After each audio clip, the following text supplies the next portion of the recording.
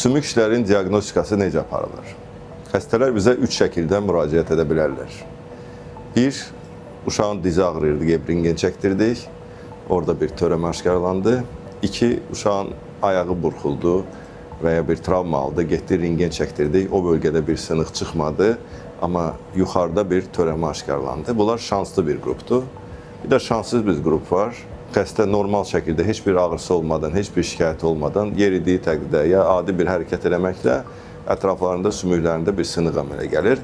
Rentgen çəkdirdikdən sonra orada sınıq və sınıq bölgəsində bir patolojik durum, yəni bir törəmə ya şiş aşkarlanır.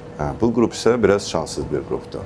Diaqnostikada əsas klinik müayinədir. 2. Rentgen, 3. Lazım olanda MRT və KT müayinəsidir. MRT bəzən dərman vurularaq kontrastlı şəkildə aparılır, bəzən isə normal MRT bizə kifayət edir. Şübhəli hallarda biopsiya aparılır.